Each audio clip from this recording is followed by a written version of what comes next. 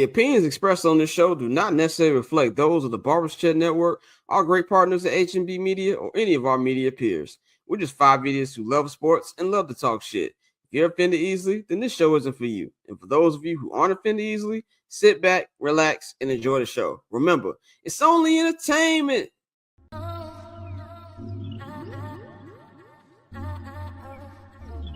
So cool. Triple double hat trick, I know the code too. Ice trade, go for trade, yeah we cold too. Getting paper on these player haters, old news. Money on the other line, so I'm not gonna hold you. Money on the other line, so I'm not gonna hold you.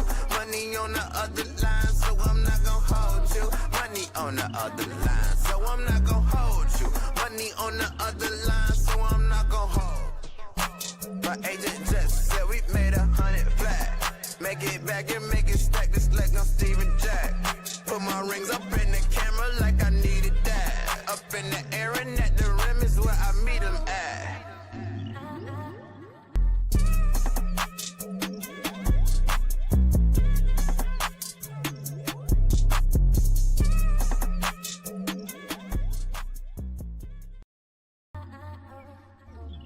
So cool. Triple double hat trick, I know the code too. Ice trade, go for trade, yeah we cold too. Getting paper on these player haters, old news. Money on the other line, so I'm not gonna hold you. Money on the other line, so I'm not gonna hold you. Money on the other line, so I'm not gonna hold you. Money on the other line, so I'm not gonna.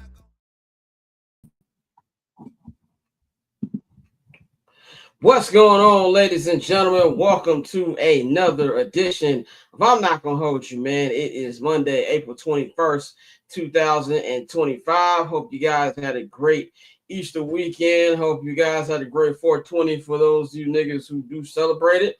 And I hope you had a good weekend in general, man. So, but to start off, per usual, I am your host, Scott Lewis. You know to follow me on all social media platforms, man, at Barber Chair Scott. You can follow the Barber's Chair at Barber's Chair Co. on all social media platforms. That includes X, Instagram, TikTok, the whole deal. Follow our partners, H&B Media, and at H&B Media TV on Twitter, and at H&B Media on Instagram. And, of course, subscribe to the Patreon, man, patreon.com/Barber's Chair Network. If you see... if you listen to this on the podcast feed, the link is right there in the description box. Click on that. And if you're watching this on YouTube or any other screen, you can take your phone right up to this QR code and it will take you to all of the four tiers, man. If you subscribe to the $5 tier, you get the midweek show. I'm not going to hold you on Wednesdays. And if you subscribe to the $10 holla, not only do you get that, you get everything else, including a 20% discount off everything on the Barber's Chair Network. Barber merchandise shop, that is bcnetshop.com. We've got a new shirt dropping this Thursday for the NFL draft. And speaking of the NFL draft, we have our annual NFL draft reaction special, which will be this Thursday at 6:30 Central Time, 7:30 Eastern Time, and that's 4:30 on the West Coast. It'll be me, it'll be Bang, it'll be Courtney, and Dante will be joining us for our reactions to the first 10 picks of the NFL draft. I was not here for this last year. Of course, like I always said, I was sick and in the hospital, but I have no plans on being that this Thursday. So we're going to come on 30 minutes before the draft starts, and we're going to react to all of the first 10 draft picks, man. So look out for that on H&B Media and the Barber's Chair Co, man. But right now, I'm going to bring in my partner in crime. He is the one and only JR Bang. Bang is in the building. You can follow him at JR Bang on all social media platforms. Bang, how you feeling? I know you had yourself a great weekend, man. How you feeling? Feeling good, man. Great weekend, celebrating 10 years and renewing vows, and everything. Salute to my wife, and everybody who came through. You know, first of all, shouts out to my wife and my kids, of course. My wife was the most beautiful bride. And I am not going to sit up here and lie to you all, because if you saw some of the videos that were shared in my Instagram stories, or if you saw anything that was just shared, y'all saw the emotional side of Bang. So y'all definitely go see that. But also thank you for everybody who came out, man. It was great to bring family together for such an occasion because a lot of people don't know or might not know when we got married. The next day I moved to St. Louis, and then she moved like 2 weeks later. So we God damn. really haven't we really haven't really had a time to like celebrate. And we did this weekend. God damn it. So shouts out to everybody who slid. Shouts out to everybody who bought me a shot or a glass of tequila, a glass. Because I definitely felt it and everything. So yeah, and now get to enjoy this PTO time, and everything too. So yeah, but great weekend. PTO from his actual gig, not PTO on here. His PTO was Yeah. used on Friday, which means no PTO for the rest of the year. But glad you had a good weekend, bro. My weekend was spent watching. Man, it was like sports overload this weekend. I watched a whole bunch of sports. I watched obviously the NBA playoffs. I watched the Stanley Cup playoffs. I told Courtney I was gonna watch. Don't know if I'm gonna continue watching, but I did watch this weekend. I watched a lot of soccer this weekend as well, so it was a very relaxing weekend for me, man. So that's what that was about, man. But yeah, let's get into our warm up, man. Did you see any of the footage from the Grand National Tour, which started a Yes. couple days ago in Minnesota? Yes. He's starting off hot. Yeah. He ain't letting it go. Yeah. For those of you who thought he would let it go, I was like, he's for sure going to perform Euphoria. I'm not Euphoria, but not like us. So I was like, yeah, that's his biggest hit. You know what I'm saying? Kendrick fans, by the way, let's stop saying his biggest hit is Humble. No. I know we like to say that it's not. His biggest hit is not like us. It's officially it's not like us right now. Yeah, like officially. not like us. Officially, obviously, we know that Humble's been out longer, but not like us. And it looks like Luther might even pass Humble, as it's going for its 10th week on the Billboard Top 100. Only thing I still have not had my ticket yet. My trip to New Orleans for the Super Bowl kind of interrupted those plans. I shot Derek in the chat. He said he went to the concert. Best performance, man. Shout out to you. I'm jealous.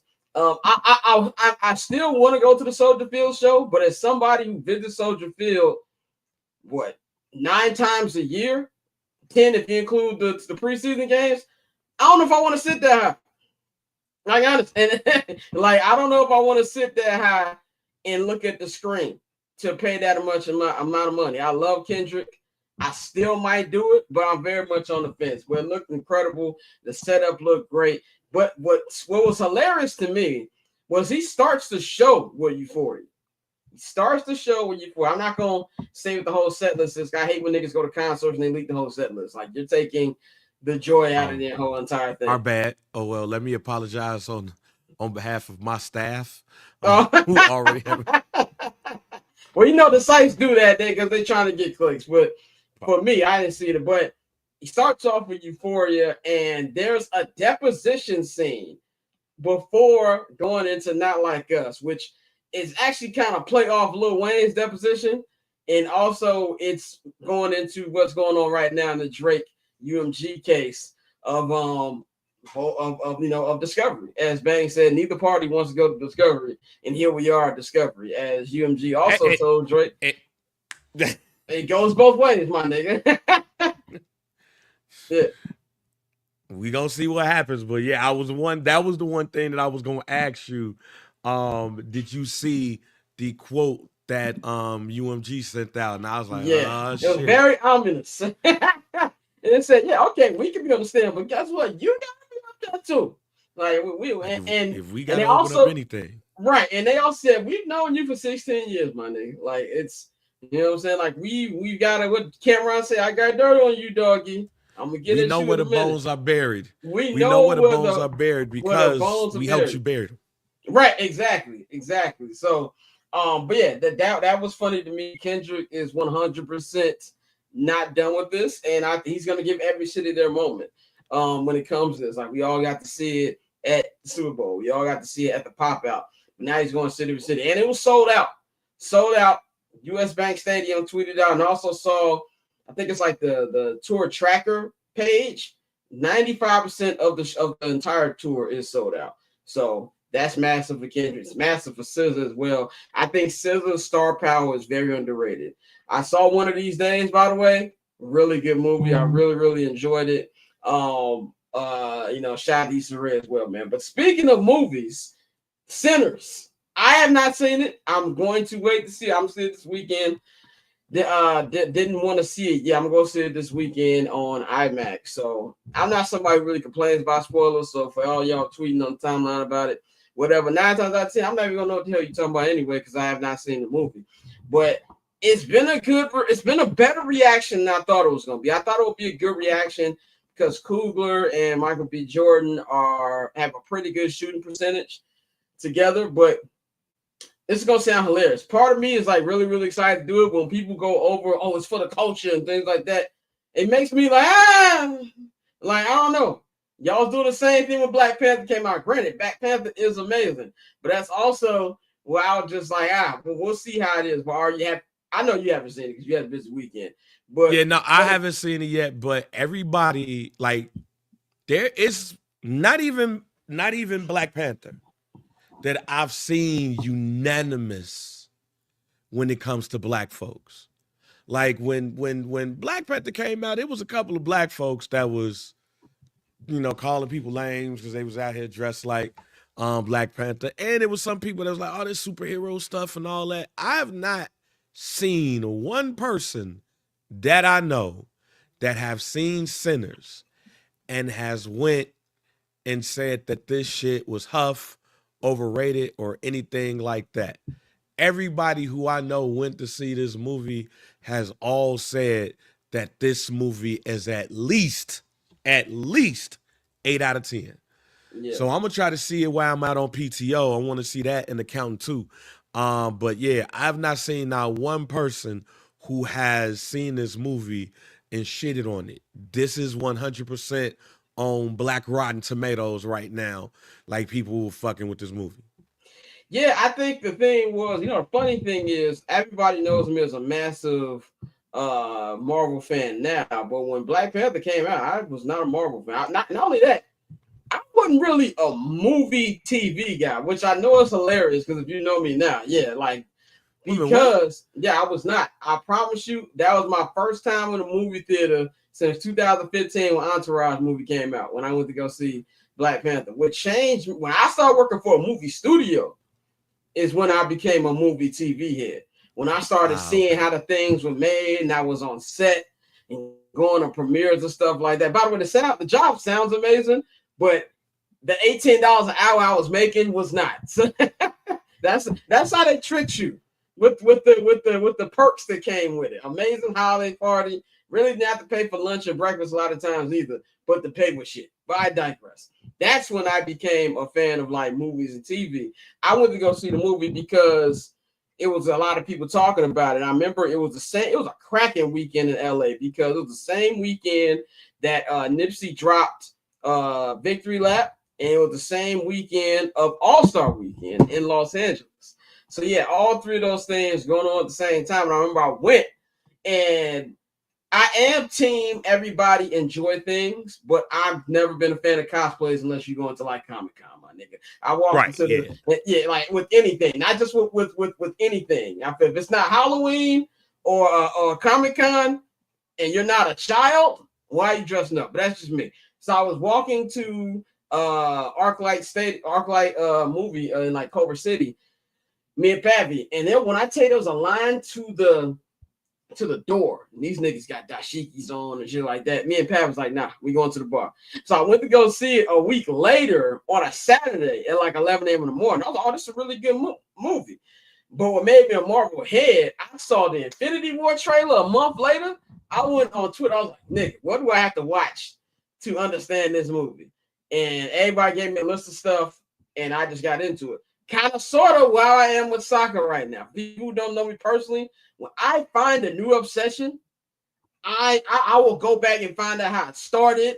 Like I go all into the crates. You know what I'm saying? Like I learn everything I possibly can. So, but I say all that to say this. It's been a lot of people real positive. My brother texted me right after he saw it. Nigga, 10 out of 10, 10 out of 10. You know, go see that now. So I'm gonna wait till this weekend. I got a busy week, so I'm gonna see it this weekend on IMAX. I'll find somewhere in LA to watch it, where there's not a lot of people, and I'll watch it this weekend. But one last thing before we actually get to the playoff. Did you see that nigga on Twitter who tried to run up on DeMar DeRozan? And it did not go the way he thought it was going to go? Did not go the way. And reportedly, allegedly, they said that he did that a couple of times in a restaurant. Like just one of them niggas is trying to go viral and shit and got his ass beat. Yeah. Well, that's what happens. Like DeMar's from Compton. And really from anybody. Like, don't be running up. First of all, I don't like how people come up, people ask for anything with a phone out. Why you got a phone out? Like relax. Unless I'm doing something harmful. Like, yeah, do that to the police. Because you don't know what them niggas are doing. Don't do that to me. It's going to be a problem, man. But let's get into our NBA playoff recap. By the way, the homie Tosin will be back like around 5:30, right around an hour 15 from now. We're going to have episode 2 of Soccer for Dummies. Me and him going to break down the weekend and the Premier League and La Liga and everything like that. All the soccer games. We got a lot of good reaction or feedback from last week's segments. We're going to keep that up. Banger be gone, but I'm giving this nigga half a day. But let's get into the NBA playoffs, man. It was quite an interesting weekend of basketball, man. There was some good games. There was a lot of crap games. Well, I think it was a real mixed bag this week. Tonight you got game 2 of Knicks Pistons. And I don't know if you read the comments on our IG reel. There's a lot of niggas mad. A lot of niggas mad about what we said about the Pistons. And on my TikTok, oh my God. Shout out to the Knicks fans.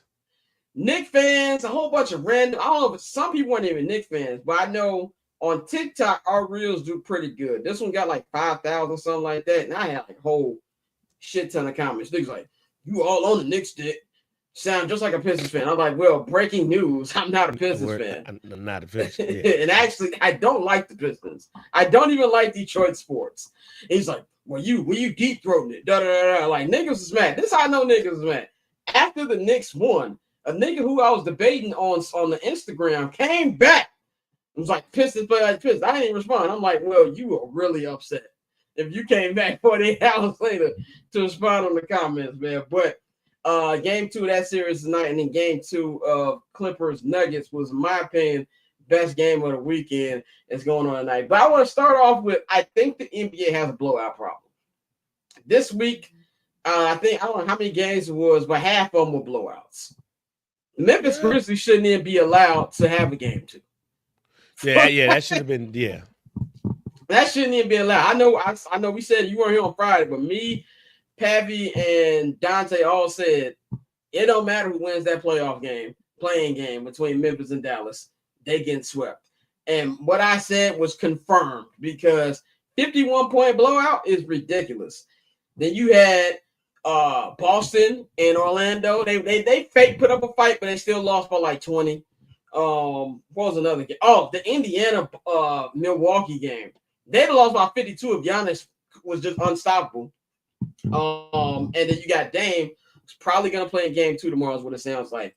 And then you had the Cleveland-Miami game. Cleveland won by 20.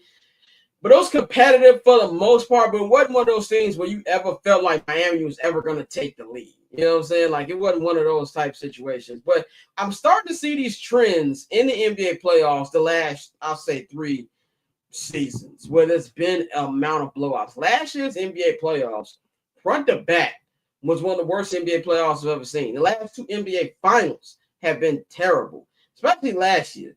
The Celtics were smacking the Mavericks. At least in 2023, there were good games. It's just Miami didn't have enough firepower to win more than one game against Denver. Last year was just bad front to back. This year, it's been a little bit of a mixed bag. I don't know what the fix is here. And I understand that the first round in pretty much every sport playoffs aren't the best because you got a lot of teams that probably, if it wasn't for money, don't need to be here in the first place. A lot of AFCs, a lot of wild card teams, and things like that. In fact, we even saw it in hockey this weekend. There was a couple 3-4-0 wins this week as well. Bane, what do you think about the heavy amount of blowouts in the NBA? Now, you really can't control it because, it's good teams and bad teams. But what do you think about do you think they have a blowout problem? Yeah, because, look, I've said this all season long, that it's hard for me to watch an NBA game because of blowouts. You be watching the game, and then all of a sudden you look, somebody's down by 30, and the game is over with. It's like, this game is over with, so might as well go ahead and move on to something else. I also think it's self-preservation too. I think when a team sees that there's no chance of getting back in, what they end up doing is basically just resting up and getting ready for the next game. And I think that we've already seen this. It's like, oh man, we lost control of this. So let's just go ahead and worry about game 2. So yeah, I do think it's a blowout problem, but I also believe that it's a blowout problem simply because you have teams who are looking to preserve energy for the next day if they really feel like that it's over. Right? I think it was the Knicks game actually, where they was down by a big amount, and they came back. That's a team that I know they're not going, even whether they win or lose, they're not going to be one of those teams because Tibbs is not going to allow them to be one of those teams. But especially when you look at the Memphis Grizzlies, they've already been through upheaval already. The Denver Nuggets, Clippers game was another one. Well, I think they was down by like 15 at one point, but they end up coming back and winning the game. So yeah, they do got a blowout problem. It makes things unsexy, and you really want to feel like that your team is in it or at least going to be competing the whole way. You just don't feel like it, at least for some of those games. Yeah, and I do believe, it's because of the rise of the three-point shot where these leads happen. And also, reason why there's a lot of comebacks as well. I don't think a 20-point lead is what a 20-point lead used to be. To me, the 20-point lead is the new 10-point lead. It's more about 25-30 where you get really into, you're probably not coming back from this range. But, and I think it's just a problem. I have a hard time watching a basketball game front to back. And, with this, I think you just see the stark difference between the play-in teams and the teams that are actually in there. So for some people who say, the play-in shouldn't be a thing, this gives them a lot of proof behind their argument or evidence. I'm one of those guys that say there shouldn't be a play-in. I don't hate the play-in. I personally like it. I do think there's some games that are just ridiculous and what are we doing this for? Maybe there's a way you can reframe it instead of having a tournament, maybe a play-in game. Like, I don't know, something to decide 7th, 8th while having the 10th seed play with a team that 9 times out of 10 should be a lottery team. So, I can see, look, real quick, I can see if this was like 116, like NCAA tournament. But even when it's 116, fam, I've seen some 16 seeds come out and be way more competitive than some of these NBA teams when we down. Like, it just seems like to me, once a team is down, they just like, fuck it, let's move on and let's self-preserve. But people want to see that fight come out, and they just ain't seeing it. Yeah, I definitely think that's the case too. I don't know. The NBA has a lot of. He said, "Shout out to Stogie Jet Chat."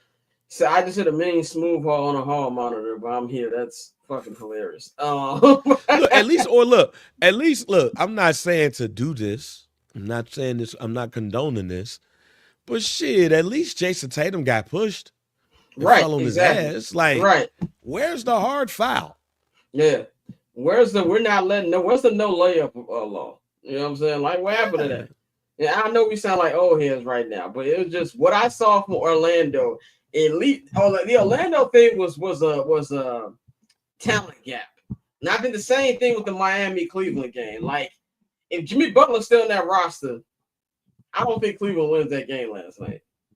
Yeah. So you see the difference between it. But at least Orlando's like, hey, nigga, y'all niggas ain't getting into the paint. Like, Jaylen Brown And Jason Tatum had a rough game yesterday. That game was won because Derek White went crazy. But let's talk about last night's game that ended the triple header, was it? Quadruple header, whatever. The Golden State Warriors going up against the Houston Rockets. They won 95-85 was the final score. They were up as much as 20 points in this game, but the Rockets did mount a comeback. Even cut it down to as much as 4, but it was just way too much Jimmy buckets and way too much Wardell, Steph, and Curry. They combined for 55 points. And you really saw just a different level of what they are with Jimmy Butler. And this is something we talked about all last week when you was here on Monday and when we did our preview on Friday as well, where Jimmy just brings a different dimension to this team. In the 10-year run of the Golden State Warriors, where they've won 4 NBA championships, they've been to all these conference finals, they've been to all these NBA finals, they had all these deep playoff runs. I mean, this is the 5th or 6th time they played Houston in their era, and this is a different version of that Houston team, which just tells you how long it's been. They've never ever had a player who can get to the free throw line like Jimmy Butler does, and it slows the game down. It makes things easier for Steph Curry, and that's what we saw last night. There was a part even there where Steph is on the bench, and the Jimmy led minutes with Steph on the bench were incredible. And that's also another thing to get. What's the number one problem with the Warriors the last 2 seasons post winning their 4th championship was Klay Thompson not putting up his own weight. Like, you kept hoping that there was some of the old Klay in him, and he'll have a game where he has 25. They'll have another game where he's only 3 for 13 from the 3-point line. You don't have to worry about that with Jimmy Butler because Jimmy Butler is playoff. Jimmy is a real thing. I know people say playoff Jimmy this, playoff Jimmy that. No, it's a real thing. He takes it up to another level. Now, the question is he going to run out of steam? I don't think that's going to be too much of an issue this time because unlike past years, he's not the number one. He's had all these injuries and pushed himself to the limit because he knew his team didn't have a chance without him. He said many times, Steph Curry's Batman. He said it last night in his post-game interview. He's going to be the guy that's going to carry us if we win the NBA championship, and that's what makes it so different. It makes the game easier for Draymond Green. Draymond Green, you say what you want to say about Draymond Green. When it comes to player podcasts, even though I don't really like Draymond's podcast, one thing I can give Draymond credit for is he is a very decorated player. He's gonna walk into the Hall of Fame. So it's not like he's like a Paul George or one of these other niggas who haven't won things yet and they're doing podcasts. And Draymond goes out there and balls out regardless of what's going on. He really looks like he's going to be defensive player of the year. He shut it down. You had Moses Moody, who went from, Kendrick Perkins not even able to pronounce his name when he got drafted to now he's making big shots in the playoffs. And the others were really making things easier for them. But I think the thing that we saw here is what Pappy said on the show on Friday. You missed. I was trying to be like a Bob Costas type of hyping up the series. I'm like, is Jalen Green going to take down the dynasty? And Pap like, stop. Jalen Green is going to go 5 for 22 and not do shit. And what did Jalen Green do yesterday? He had finished with 7 points. They just don't have enough offensively to mess with the team. You're scoring 85 points in regulation in today's NBA. That's not great defense. That's bad offense. And that's exactly what we saw. And that's from even with Sengun doing what he did against Draymond. Jalen Green has to be the guy. And that was the issue we saw last night. And I really think that Steph and Jimmy, look, they're not your typical 7 seed. Really, none of these seeds matter. Because even with Memphis, you can talk about as bad as Memphis was. They were 2 games behind the Lakers for the 3rd seed. So all these teams who made it, these aren't your traditional 7 and 8 seed where they won 38, 39, 40 games. No, the Warriors are a legit contender. And one thing I saw, they jagged that 20-point lead. But now they've got somebody who can slow the game down. When you double step too much or you throw all your body at Steph and you're forcing Draymond to shoot shot. Now you got Jimmy, who's going to do what he does, and it's going to open up everything else for everybody, man. So I loved how the Warriors played. I think they got a legit shot to win it all. What you think about Steph and Jimmy's performance? And we didn't get your prediction on Friday, but because you weren't here, but Do you think it's already over for Houston?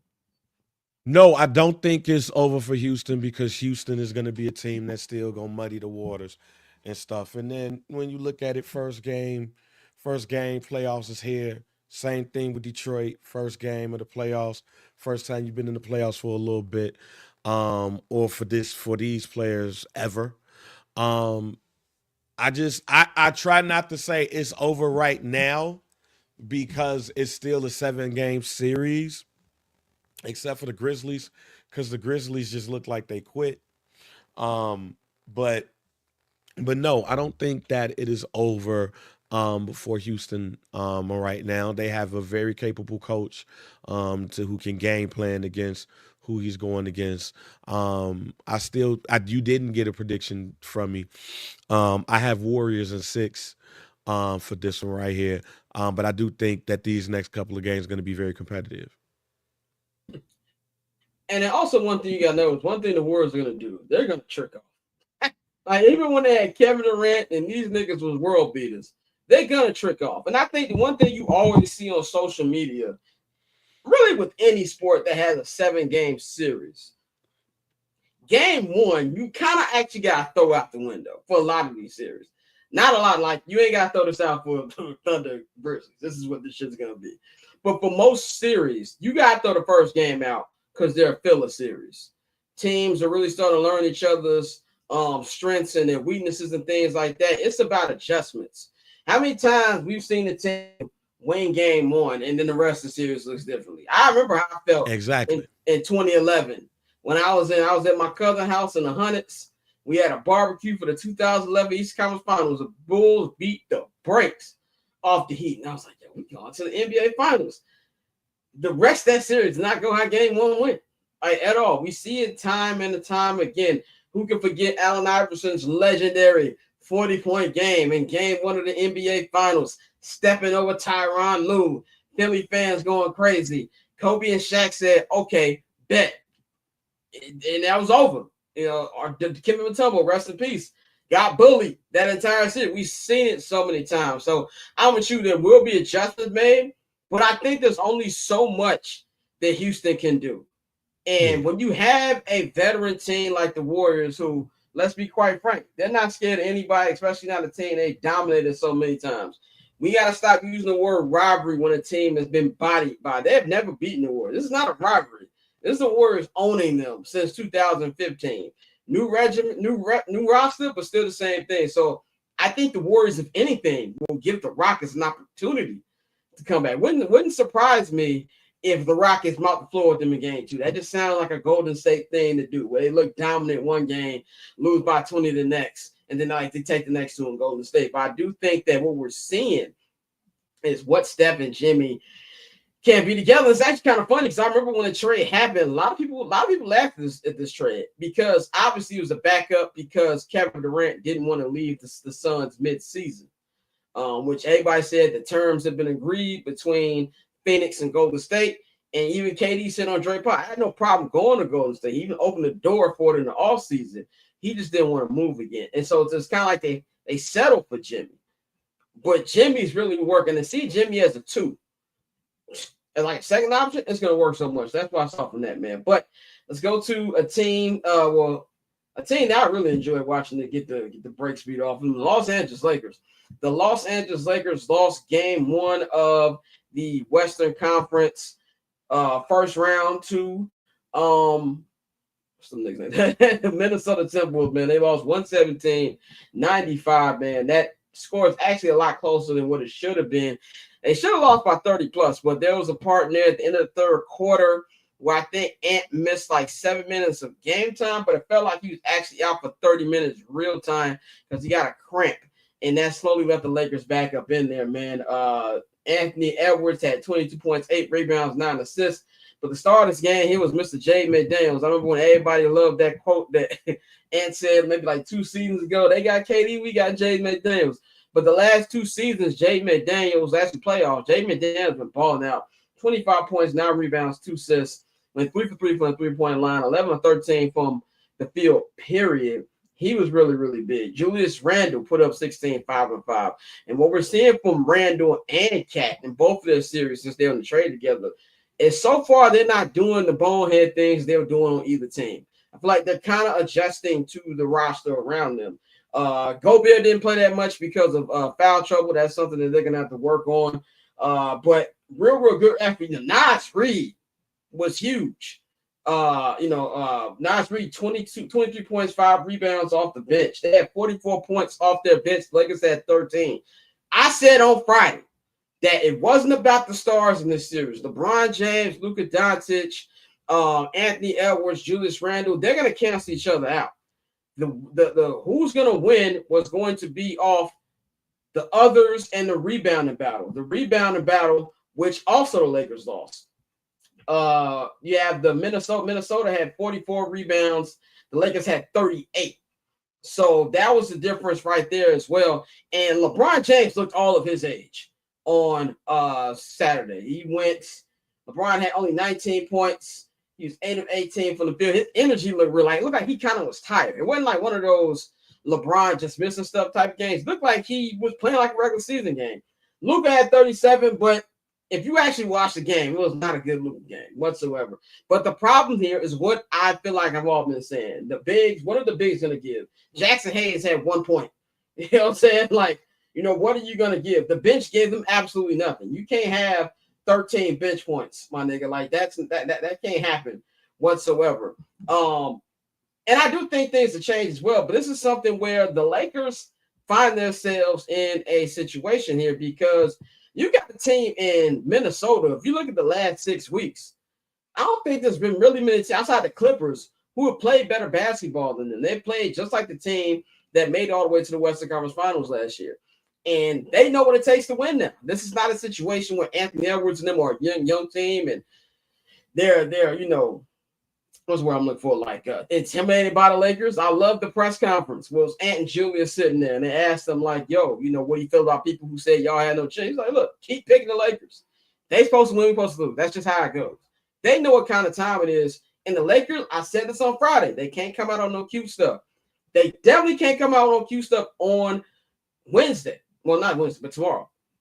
Because Minnesota can take 2. And then you go down to Minnesota down 0-2, you're really in a problem. I think the Lakers will be prepared. And we saw a lot of wild mistakes by J.J. Redick, which is another thing I pointed out on Friday. He, as great as the season he had, way better season than I thought he would. He's still a rookie coach in his first postseason. My question to you, Bang, is how much trouble are the Lakers in? I'll answer that question fully after game 2. Whether they win or lose, I answer it fully after game 2. Because again, you got Luka and you got LeBron James. You got 2 of the greatest players of all time. You got the face of the league and the face of the franchise in those 2. The thing is, though, is how many dogs do the Lakers got? Not a lot of dogs.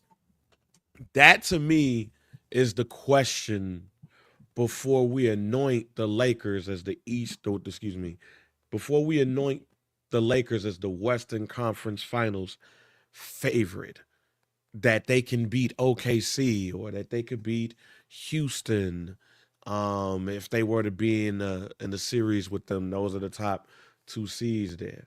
How many dogs do the Lakers truly got? I would say it'd be LeBron, Luka.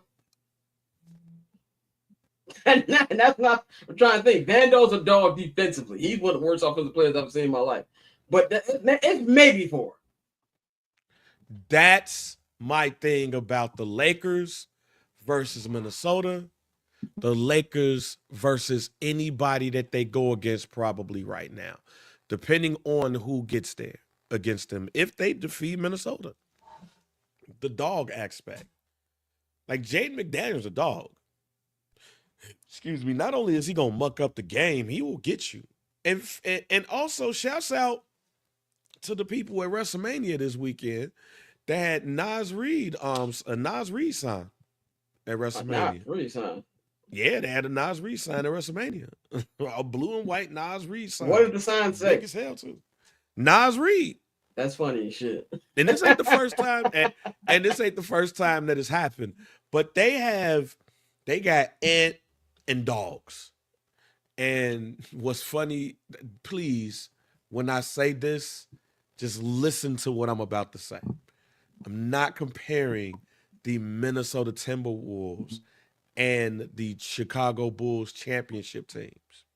I'm not.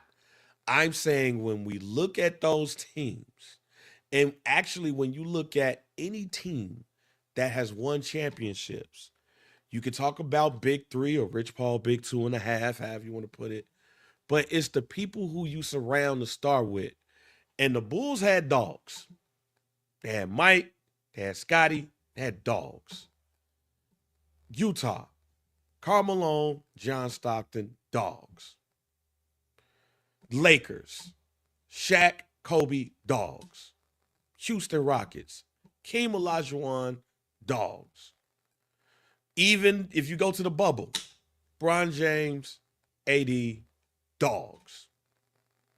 Golden State, Big Three, dogs.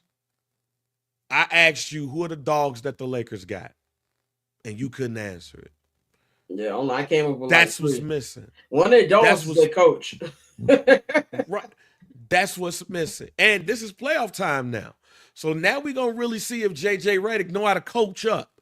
Like what happens in the 7-game series when you look at Rui Hachimura and you got to be like, wake your puss ass up. Is he going to wake up? Like that's the difference between the Lakers and the Timberwolves.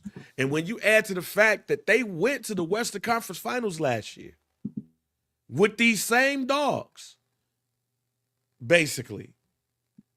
Like, yeah, Rudy Gobert, I expect Rudy Gobert to be in foul trouble the whole series. Pick and roll. Right, because he's 7'5" and shit, got to guard a wing now because it's small ball. But what happens when Nas and McDaniels and some of these other folks muck up the game? Do you have the people on the Lakers outside of LeBron James and Luka that's going to fight back? Not so sure. I still picking the Lakers to win this series. And in fact, I got them in 7 for that reason. I think the talent is going to win out. But the other part of this dog thing is that the biggest one is the Georgia Bulldog himself, Anthony Edwards. Yep. And what you just said is what LeBron alluded to in his post-game press conference. He said, we underestimated the physicality. We learned very, very quickly what it was going to be like, and we'll adjust that. And I'm going to say this about Luka. I love Luka. Luka's one of my favorite players. But what we're seeing here is the same thing we've seen in the last couple playoffs. He's going to give you offensive numbers, but the defensive effort is a problem. How many wide open threes did Jay McDaniels have? How much space did Luka give Anthony Edwards? I think LeBron is is a really good defender. I don't even think he gets the credit he probably deserves defensively in his entire career. He can't check that young boy at this age. This ain't 2013, 2011 Bron where, put him on Derrick Rose. There's no more of that. Ant will tear that boy up. And that's what we're seeing. And then I've been one of Julius Randle's biggest critics. One of Julius Randle's biggest critics. But he's a dog. I think Julius' biggest issue is he thinks he's too much of a dog, and he starts playing hero ball. Now, that was something that in New York was a problem because he needed to be. Pre-Jalen Brunson, he needed to be the one who won the games for him. That's not an issue here. He's been playing his role and doing it well. He didn't have that many shot attempts in this game, and that's what made this easier for them. And the Lakers, I picked the Lakers in 7. I'm sticking with Lakers in 7. Unless they lose tomorrow. If they lose tomorrow, I'm not so confident this thing comes back to the Staples Center because then they're going to smell blood. This is a team, I think people forget already. These niggas looked the Denver Nuggets in the eyes and blew them out on their home court last year. And it was like, nah, this is it. A team that has always watched the Lakers. So I think the biggest issue, not only this year, but going forward for the Lakers when you're building around Luka, is you're going to have great defenders around him because he's just not a good defender. But I think the thing that makes me angry about Luka isn't the fact that you're a bad defender. It's the fact I feel like he don't try. And I feel like there's too much effort on the offensive side of the ball, and he don't really do it defensively. If the Wolves getting these looks on game 2, God bless. And what I also, the last point, then we'll move on to the Clippers Nuggets game. Everybody was making so much of the Lakers beating the Thunder a couple weeks ago. I was like, these niggas are not going to shoot that well from 3 like that. The Lakers rely on shots. Since Rui Hachimura has become a Laker, he has been ass in the playoffs. Vando is great defensively, but he's so bad offensively that sometimes you can't play him.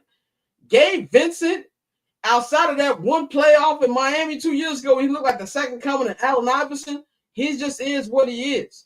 You're going to need these other guys to step up. And I think that we're going to have a massive LeBron and Luka game tomorrow. I think LeBron's going to come out smoking in game 2. Real quick, on the Luka thing, see, the issue is that he's not a tenacious defender. He's a dog on the offensive side, but he's not on the defensive side. And even on the offensive side of the ball, when you start mucking up that game, he's going to start complaining to the refs and shit too. So if we get here's the thing about Luka.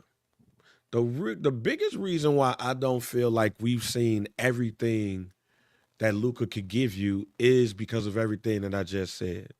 My question to LeBron James is, what is he going to be able to do? Or what does he have to do to get Luka to reach his potential? Yeah. Like this, I think this is, I wish I would have had a chance to say this on Friday, but this is, as much as we know that this Dallas Mavericks trade was dumb as hell. It was the dumbest trade quite possibly in NBA history. And each time we hear Nico Harrison, somebody from the Dallas Mavericks organization. They keep throwing that nigga in front of the media, man. Yeah, like anytime we see anything around this, it makes the Dallas Mavericks look more stupider. With that being said, we gonna find out how much of a bad trade this was to me this offseason. Mm-hmm. Because Luka has all the ammunition, all of the motivation in the world to have an epic playoff run. He has every bit of motivation. They don't even know why they traded you, fam. Yeah. They can't even give a real valid reason. The owner, we have the general manager that's saying that I knew Luka was big out here in Dallas, but I underestimated how big it was. I know it was that big. You got ownership reportedly mad at Nico Harrison because he wasn't able to be like, yo, you make a trade like this, it's a mistake because the fans is going yada, yada, yada. This, to me, makes it hard to believe that Luka is not going to have a dominant postseason or playoff season. With that being said, whatever Shannon Sharp be saying on First Take, Lakers in 5. Lakers in 5. That shit need to start game 2. Because if Luka does not have that, it's really going to prove the Dallas Mavericks right. They just did it in a dumbass way. And I think, too, like LeBron, I think LeBron came out passive because LeBron wants Luka to be the number one. Everybody in the Lakers want to be number one. LeBron wants to be Kareem during the Magic era.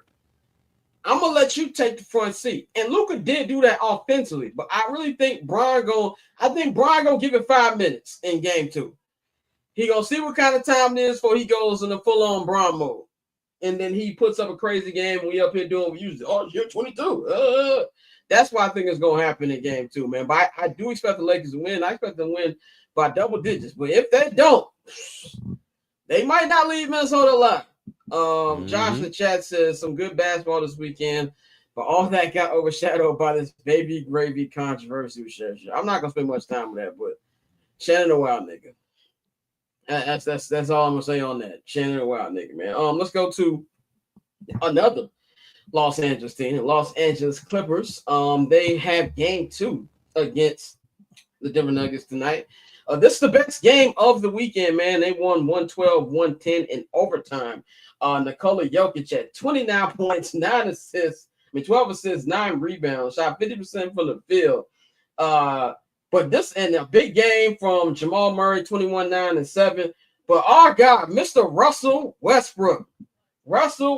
15 points, 8 rebounds, 3 assists, 2 steals off the bench. He went 5-17 for the field. This was, you had the total Russ experience the last couple minutes of regulation and overtime, where he looks great, and then the next moment you like, nigga, what are you doing? But he got out there, made a big 3-pointer, had some key blocks in there, man. Big game for Russ. And then also about the Clippers. On the Clippers side, these niggas had like a 17-point lead. Blew a 17-point lead. Harden had 32, 6, and 11. Kawhi had 22, 6, and 2. Zubac had a great game, 21 and 13. Bench didn't do anything, which I think was a major problem here. Norman Powell didn't really do anything as well. But I came out of this game thinking this. Nikola Jokic is the most unstoppable force in the NBA we've seen since Shaquille O'Neal. And Shaq is a better defender. Obviously, I know people get upset when I say this, but Nikola Jokic even affects the game more than Shaq does because he does everything. Like even that pass to Russ, which made it, which gave them the lead. It was like a round the world pass. It's like, how do you stop this guy? Like Zubac played as best you possibly could, and it didn't matter. Now the issue is the Clippers clipped again, and this is why I haven't been buying all this Clippers. Like I've covered this team for 3 years. I covered this basketball team. And not only just these 3 years, if you look through the history of the franchise, they're going to find a way to mess it up. James Harden, late game turnovers, which he has been doing in the playoffs since the 2012 NBA Finals. That's what he does. That's who James Harden is. And Kawhi Leonard looks very timid at the end of the game, which was weird. He looked healthy. I'm glad we haven't gotten any alert that says he's out for game 2. So that's good. But I won't say the Clippers blew their shot at it because Denver, this is still very that's what I'm looking for. Inconsistent Nugget team. And they very well could have lost this game. I still think this is gonna be a long series. But what you're seeing right here is why people don't trust the Clippers, because they're always leaving the door cracked and letting somebody like Russell Westbrook beat them, man. What do you expect to hear from game 2? And what are your thoughts on this on game 1? Man, see the Clippers was that team where I had to figure it out by listening to the others and talk about how Kawhi is as healthy as he's been. You got Norman Powell over there. If you get the old James Harden and all of that stuff. So I started to become sympathetic to the Clippers until the Clippers ended up having to go up against Denver. So I'm going to say everything you said was right. I think the biggest thing here is this is probably the only series that I wish that the two teams that are going against each other were not. Seeding and how things are going to go is going to put two teams that didn't need to be playing against each other because they was both hot. Denver wasn't necessarily hot. They got rid of their coach, but it's still the Denver Nuggets. And the Clippers are playing as best of a season that they've had in quite some time because everybody is healthy. So even though the Clippers are one of those teams where it's like they can't get out of their own way or something always happens, you still want to see if it can actually happen if everybody's healthy. So I'd rather them go up against, I'd rather the Clippers get the 3 seed or the 2 seed. In fact, I'd rather your 4th and 5th seed be the Lakers versus the Warriors, so we could get this LeBron James, Steph Curry fanfare out the way. It's just hard for me to prognosticate or have any conversations about this series. One, because I wish they was going up against each other, I wish they was going up against each other in the second round, not the first. And two, because of all of that, it's just so much stuff going on with both of these teams. Fire coach with the Nuggets. Everybody's healthy over here with the Clippers, but you're wondering if Kawhi Leonard is going to get hurt sooner rather than later. But then what if you play a 7-game series and Kawhi don't get hurt and they end up losing? It's like, damn, we probably got robbed of a possible joint because you went up against a juggernaut that is Joker. And Jamal, just that team in general with him on there. So I just hate that they're going up against each other. This is not a real 4-5 to me. No, this is a 2-3 type of matchup in the second round. In the second round. And if you look at Jokic, I want to talk about Jokic real quick because they announced the award nominations yesterday on Inside the NBA, which is quite hilarious when they announced the Defensive Player of the Year, Hakeem Olajuwon Award, and Chuck was like, "Oh yeah, the guy who helped you get your ring." He said, "Boy, you didn't do nothing but drain his water during Ramadan," which was funny as hell. But when they were talking about the MVP, so the MVP nominee has been announced: Jokic, SGA, and Giannis. And I'm just like, look, like I've been saying, it's very clear who the best player in the NBA is. It's Jokic. Like, I understand what SGA did, and I'm not gonna have a problem if SGA is the MVP like we all expect.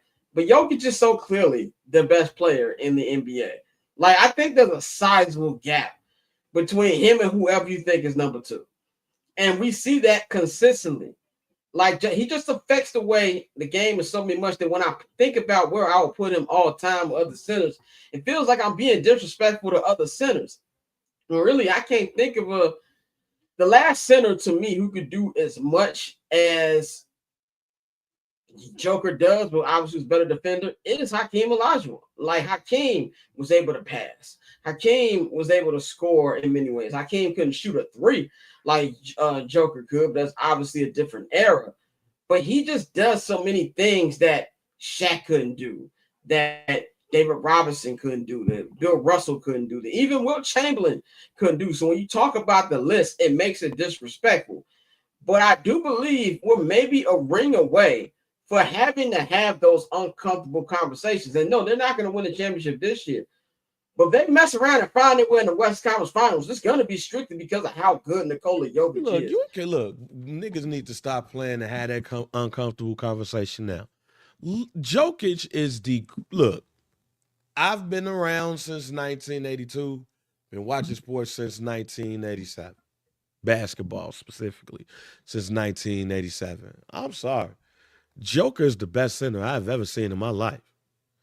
And it's everything that we say. But here's the other thing. Jokic is proven to us how injuries and Russia-U.S. relations robbed us of Arvydas Sabonis. Yeah, that's true. Because every time I watch Joker play, I say, damn, this is what Arvydas Sabonis healthy was supposed to be doing?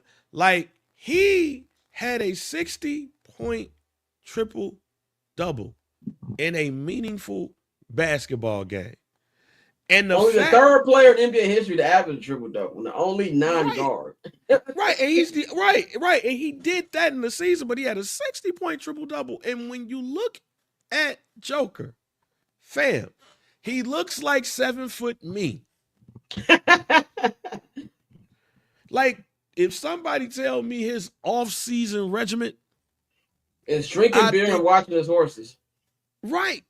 This man literally is he's the throwback of the 80s when you look at Arvydas Sabonis. And I'm telling you, them dudes didn't go play basketball. Like, them dudes in Russia wasn't doing what goddamn dude on Rocky IV was doing, what Drago was doing. Them niggas was hooping and go getting beer and getting Russian bitches.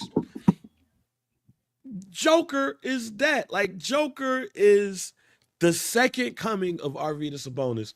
And like I said, injuries and U.S.-Russia relations rob.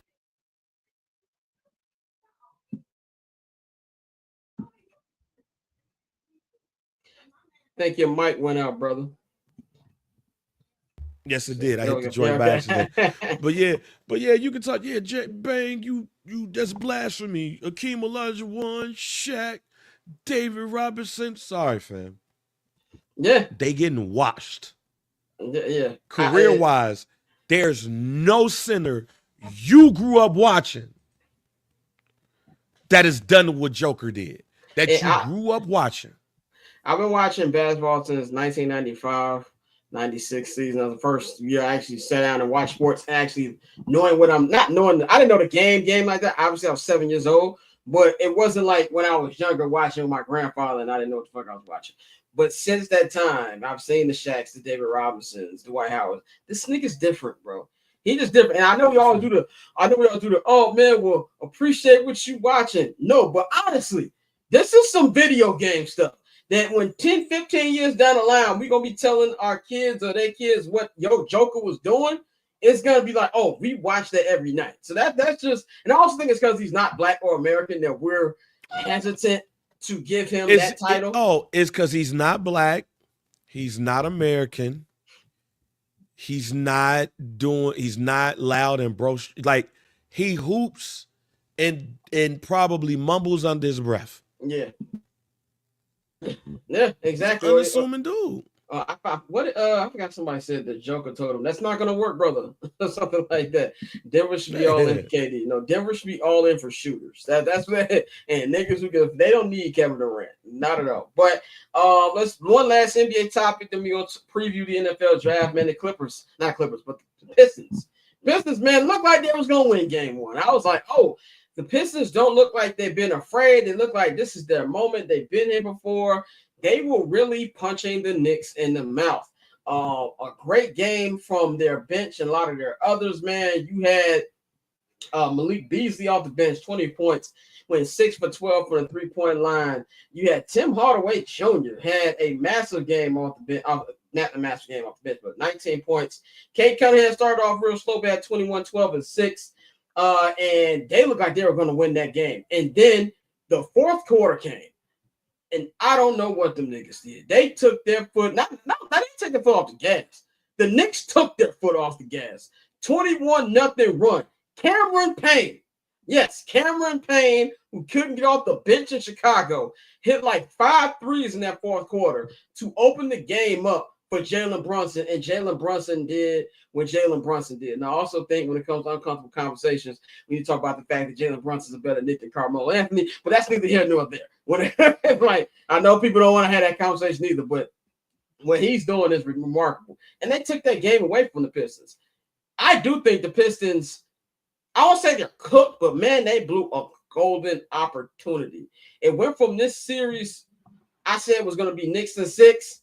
I think it's just going to be a 5-gamer now. I'm really interested to see how they bounce back tonight. Bang, any quick thoughts on this Pistons Knicks series so far?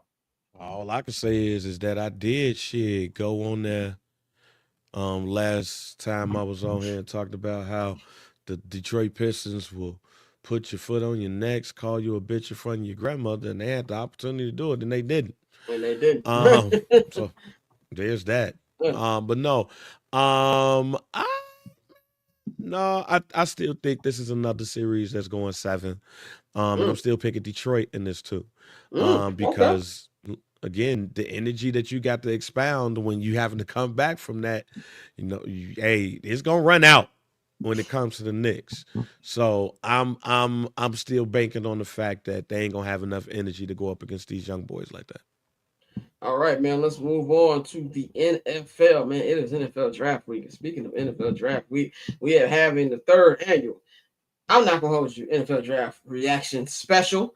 As you can see here, man, it will be Thursday at 7:30 Eastern, 4:30 Pacific on Barber Network and HD Media TV. Me, Bang, Courtney, and Dante will give our reactions to the first 10 picks in the draft, man.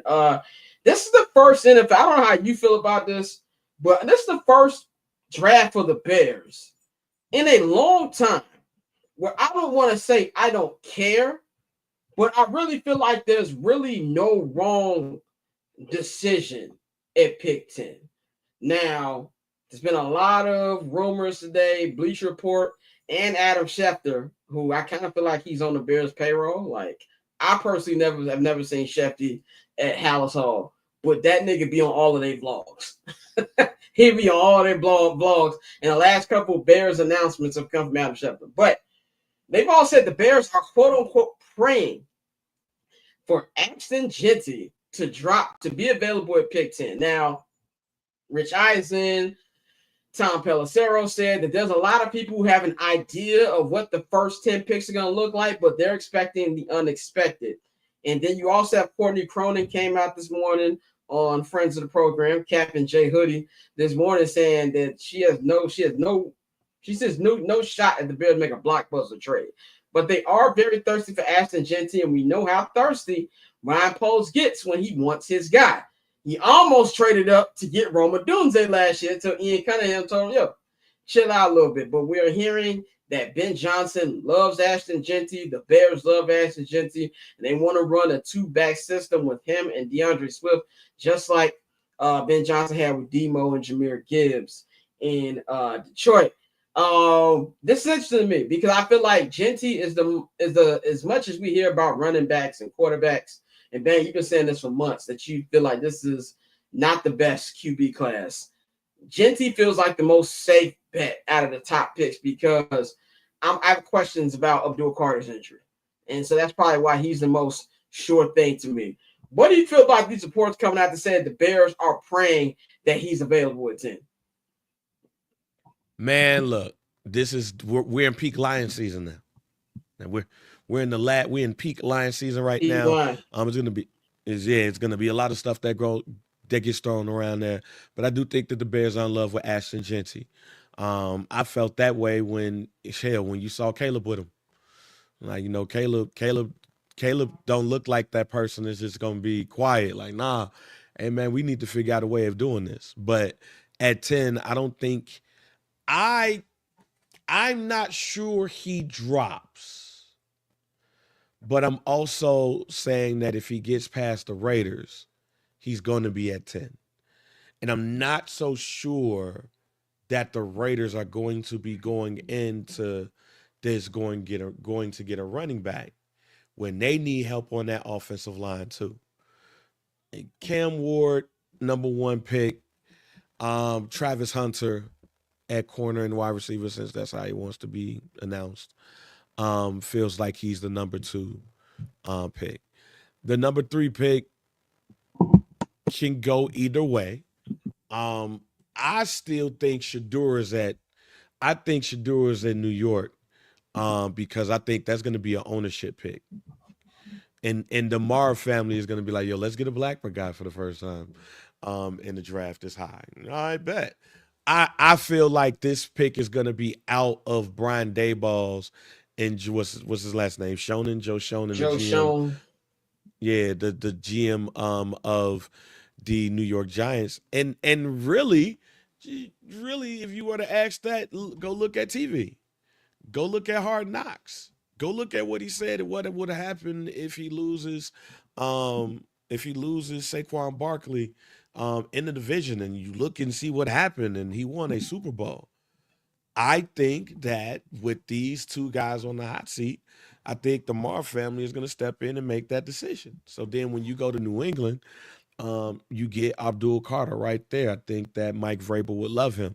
I was reading on ESPN and The Athletic and how they were saying that Mason Graham from Michigan, he might not be the pick. He seems like the safest, and they do.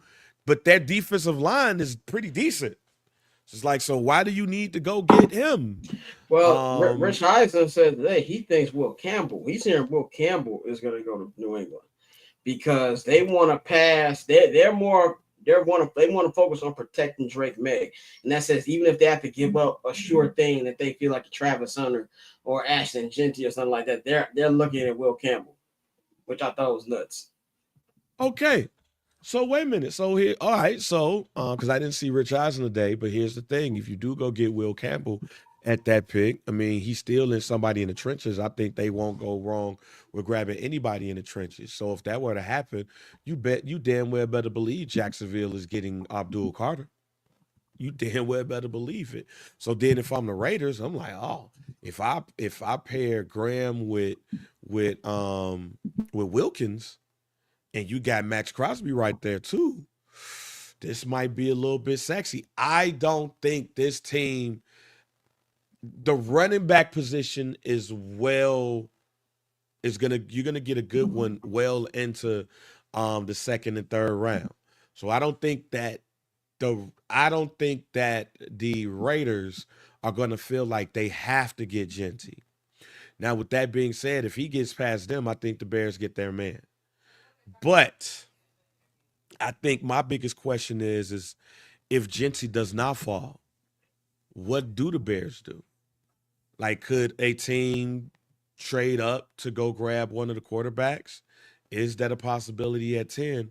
But then let's say, for instance, right now, if you're looking at the draft board and you have Mason Graham, you have Amiibo at Missouri, or even somebody like a Will Johnson. The reason why I bring up a Will Johnson is because of the news that came out early last week about how Dennis Allen would love to see Kyler playing one of those top. Now that would piss me off. I'm sorry. They tried the corner at 10, I'll be high. That's the only way I would be high. Because that's not a need. I feel you. That's not a need. But I'm looking into the second and third rounds. And what happens when one of those players you can't get? Now you got to stare directly into best player available. If you feel that strongly about Braxton Jones is settled at that left tackle spot. So you're not going to go get nobody. And then from all accounts, what they even been saying from Hinsdale folks, like they said, Hinsdale folks actually look like if he gets some reps in the I'm not out on him. He was rookie. He was put in a bad situation. Right. Yeah. I don't think Braxton is a guy at all. Right. That's what I'm saying. I feel like if they, with some of these people they've gotten a hold to, they might go, well, nah. And that's why the Kyler Gordon thing stuck in my head, because I'm like, Jaquan Brisker is in the last year of, I think, his rookie deal, and he's not been healthy. You don't have to waste a late round pick on the safety, but you could go get you another cornerback. And even if Tyreek Stevenson, who's been a head case, what if he don't work out? That's what I was thinking about. So I say all that to say, I will not be shocked if Will Johnson is the pick.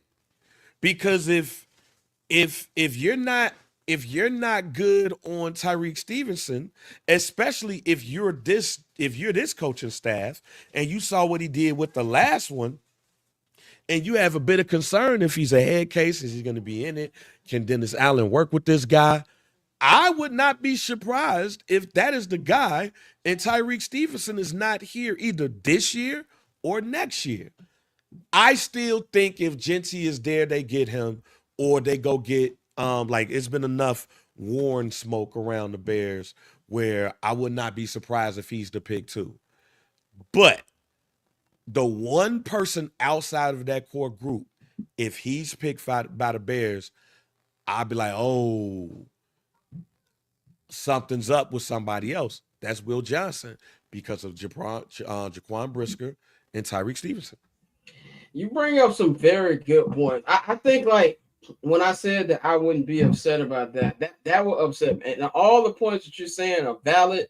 I get all of that. I have no problem drafting a corner or a safety. Do that in the second or third round. To me, for a number 10 pick, it's got to be either on the offensive side of the ball or on the defensive side of the ball as far as being in the trenches.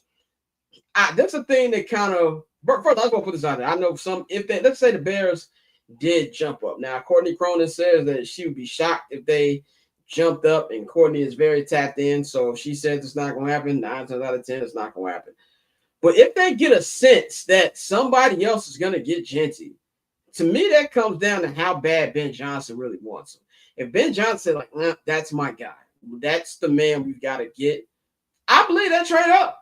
To me, this is Ben Johnson's draft. Ryan Poles, in my opinion, more misses the hits in his 3 previous drafts. I think he's letting, obviously he makes final decision. He don't sign the check. He's the general manager and things like that. But I think Ben Johnson has tremendous influence here. And to me, the pick is either going to be Jeanty or one of those guys who dropped. Because if this Will Campbell rumors that Rich Eisen is saying is true, then you won't have some of the other picks available. It would stun me if they go secondary at pick 10. Just because of the way they framed this offseason, just because of the coach that they hired. That would shock me despite all of the valid reasons that you just named. And ultimately, I think where it's going to end up at is I do think there's going to be either Jeanty or defensive lineman because it sounds like Will Campbell will be gone. So I think they're either going to trade up. I see no world where Jeanty is just straight up available at 10. I would be shocked. Because then you're gonna have to get through the Jacksonvilles. You're gonna get through Vegas, which is real heavy on him. That would surprise me. Like I said, it would have surprised me if they didn't, if Allen didn't say what he said about Gordon.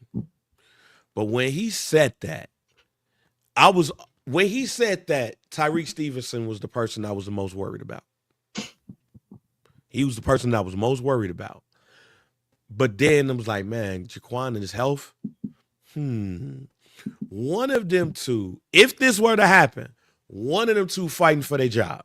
Well, here's a question I have for you. Let's just say that does happen. How would you personally feel about it? I wouldn't be mad about it at all. And the reason why I wouldn't be mad about it at all is because those 2 second-round picks. Like, as much as I want Jeanty, I think one of them boys at Ohio State is going to be. One of them boys is Henderson. Nice. Yeah. Nice. If we could get Henderson, I think we'd be straight. I wouldn't even be mad at Johnson at Iowa. Running back is the position of gold, one of those gold positions in this draft. When they say you don't have to go number 1 to get a good running back, I think we're going to look. Matter of fact, I'll go on record as saying if we're going to look at this draft, and we're going to say this is a draft that brought the running back position back. To me, this is going to be the draft that brings that position back. Because even with Robinson at the Falcons, CMC, and Barkley, they were the ones. Like, they were the ones, and they were like, you find somebody in the 4th round. They were the ones. You got Jeanty, you got Hampton at UNC, who's probably going to go top 15. You got both of them boys at Ohio State. You got Jackson, Johnson from Iowa. And you got a couple of other ones that they say that'd be good fits in 3rd and 4th round too. This is going to be the draft that puts the spotlight back on the running back position. So if I'm the Bears and I say, okay, if I look at my board and I say, okay, Will Johnson is the guy, I know going into the 2nd round, I got to go trenches and running back. And they're going to be available. It's not going to be a run of running backs. So if Henderson at Ohio State is available, boom. I forgot my man's name, but from Missouri. Not Missouri, Minnesota. But been hearing a lot of good things from him at the left tackle spot. Like, I think if you go that route, that means that Tyreek Stevenson is getting traded probably soon, probably in this draft, and you're going to get some extra picks of him that's going to supplement that. But you don't say, I will say this, you don't say what Dennis Allen said about Kyler Gordon if you're not looking to upgrade in the defensive backfield, because you know what you got, and you've been using him solely as a nickel. But since you've been using him solely as a nickel and you feel like he's talented enough, and Dennis Allen gets a lot out of his cornerbacks, you see gold in that man right there. And you see more in him he's more than a nickel. He's more than a nickel. But you got him at nickel price as well. That's something else to think about too. So it just really depends on how the board shakes out. But no, I wouldn't be shocked if the Bears went Will Johnson, because that means that what Dennis Allen said was true, that they're looking at Kyler Gordon to do more. And if he's going to have to do more, somebody going to have to go.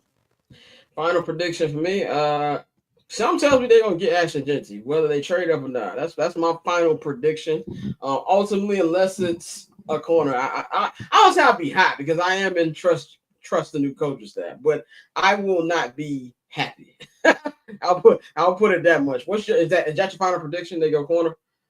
No, I think it's just depending on how the board shakes out, but I do believe that Jeanty is not. I don't believe that Jeanty is going to go to the Raiders. I don't. I can see the Raiders saying, "Yo, as much as we love Jeanty, that's too rich for our blood. We need to go in the trenches, and we need to solidify making sure that Geno Smith is healthy." If he does not go to the Raiders, then the Bears will be announcing Jeanty as their first pick, 10th overall in the NFL draft, and we will be excited. And Shedeur Sanders, final Shedeur picks.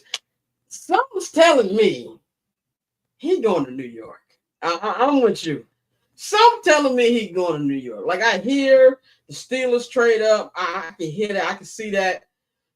Something telling me he's going to New York. I don't, even though it is kind of weird that he was not invited to Green Bay to be one of the quarterbacks there. Your boy, Jackson Dart, got invited. But we're also hearing that when Rich Eisen also said today, he's hearing that Dart is going to fall to the second round. And he's also hearing that don't buy the Shedeur dropping thing. So it's going to be a real interesting day. By the way, if you want to see our live reaction to it, Thursday, 7:30 Eastern Time, 4:30 Pacific, the 2025 NFL Draft reaction special on I'm Not Gonna Hold You. If we get Ashton Jeanty, will I knock over my computer? Will I do that? Tune in to see that, man. So, Bang, that's it for you today. You can enjoy the rest of your day. You can follow Bang at JR Bang. I'm looking forward to hearing a more in-depth breakdown of your weekend when we do summer sessions on Wednesday. Anything you want people know? Any first black champ, some dude this week? I mean, no first black champ, because we were all drunk on Saturday. But we do got an episode of some dude coming this week. And we're gonna be recapping WrestleMania 41 next week. So we giving it a week to digest. Gonna watch it a couple of times, because we was taking care of business and stuff. But celebrating Black love. Celebrating Black love, man. Like I said, man, shouts out to my wife. 10 years of wedded bliss, 14 years of being ultimately together. And oh, let me say this. Yeah. Again, emotional bang is a new thing. Emotional bang is a new thing. Emotional bang is a new thing, man. I had so many people crying or damn near crying, and my wife did too, as we exchanged our vows and stuff. So emotional bang is a good thing. But yep, see y'all. Hey, I wish I watched enough soccer to join you and Tosin, but I'm not ever gonna do that. So I appreciate I once said that too. Now look at me. We're gonna take a quick 1-minute break, man. On the other end, Tosin will be joining us for the second edition of Soccer for Dummies, man. So we'll be right back here on I'm Not Gonna.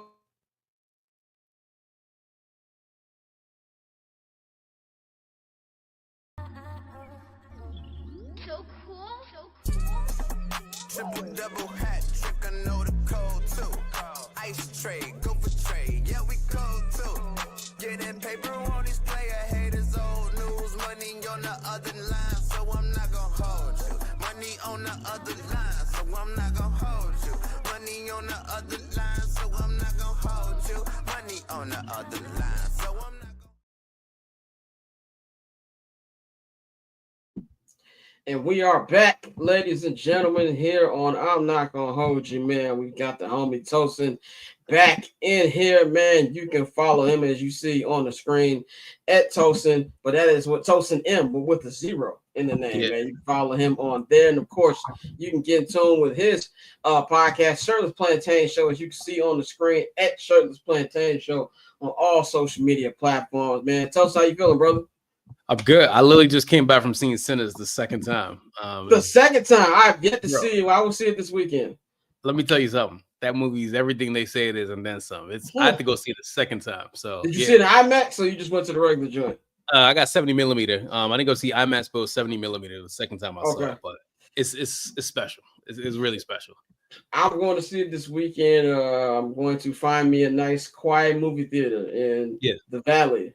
Wait, I don't want to go see the Chinese theater in Hollywood or none of that. I'm going to go see it in the Valley this weekend. But we're here for another edition of Soccer for Dummies here on I'm Not Gonna Hold You. Shout out to everybody who watched the first edition, man. We got a lot of good feedback on that.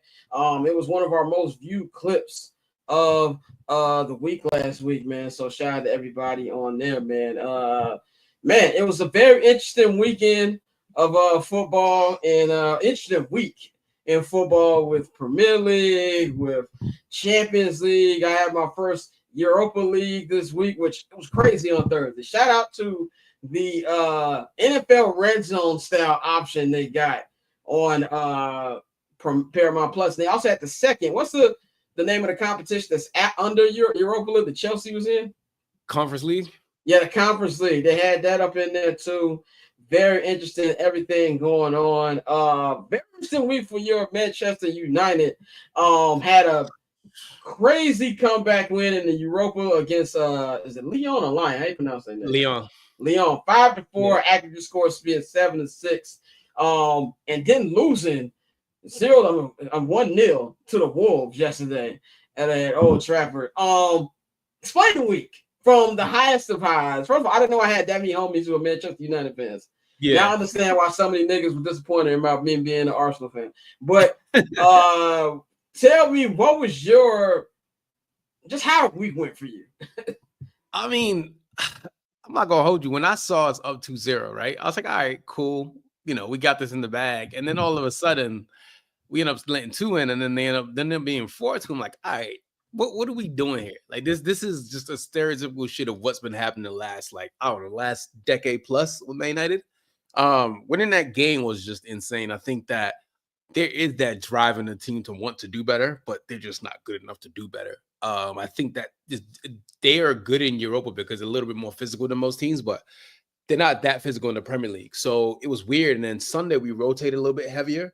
We played well for the most part. Just players can't put away their chances. So it wasn't really a shock that we lost because that's what Man United have done. They're undefeated in Europa League, but they have lost 15 games in the Premier League. So it's just a weird juxtaposition with this team this year. It's so high and so low. There's no in between.